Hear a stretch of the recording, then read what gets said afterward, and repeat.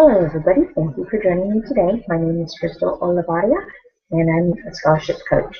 Today we're going to be talking about the three biggest mistakes that are made when it comes to not persuading, being persuasive in scholarship application. And they are: one, not understanding your why; two, bluffing your way through it; and three, communicating ambiguously.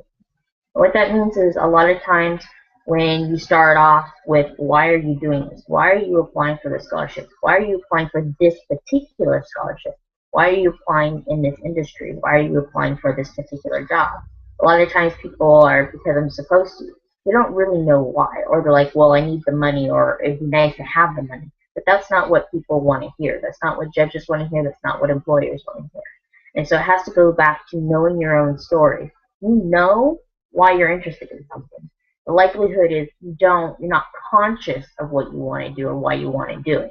And a lot of that has to do with this social engagement that we have when we interact with our peers, our friends, our teachers, our students, our parents, everybody else.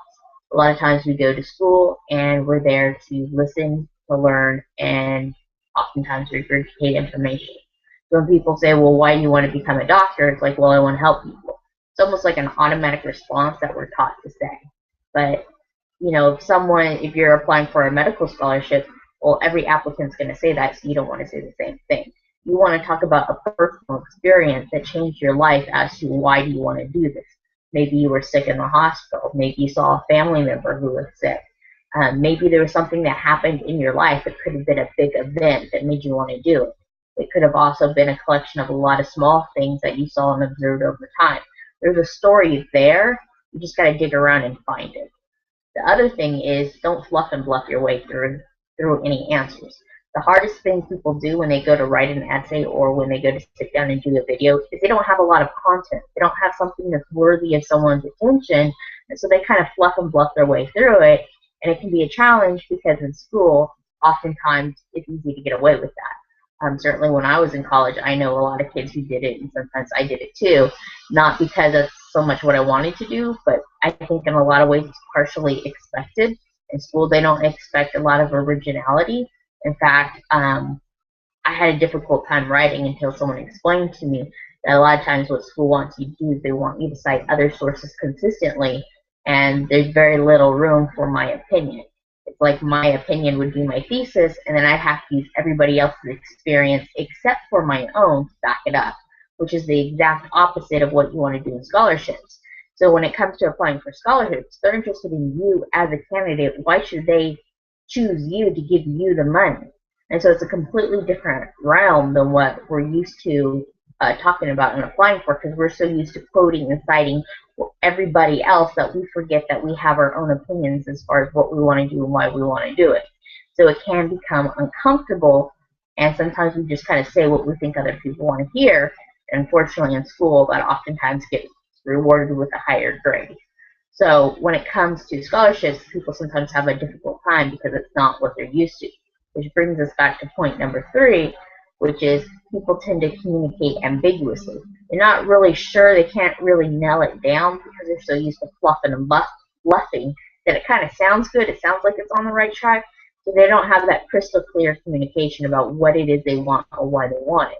And for people who do know what they want or why they want it, or who have spent more time thinking about it, there's a high correlation between the more time you spend thinking about it and how crystal clear your message comes out in the end.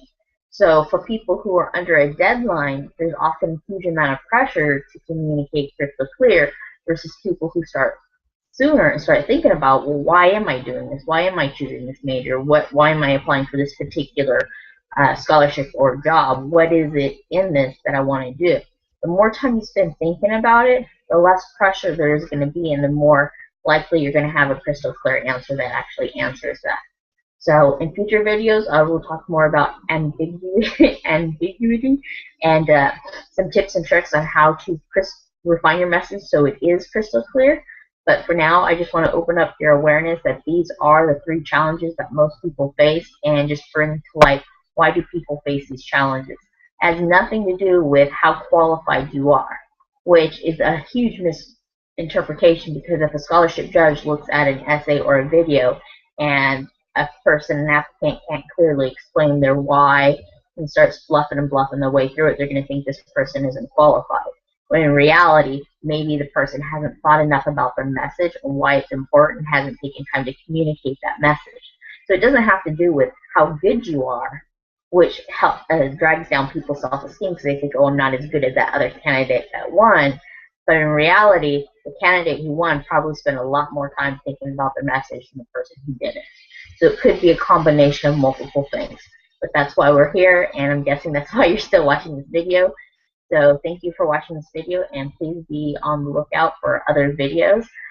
I do believe in passing down knowledge in bite-sized chunks, just because we live in an extremely busy society and a lot of people aren't able to process a lot of information at one time and retain it.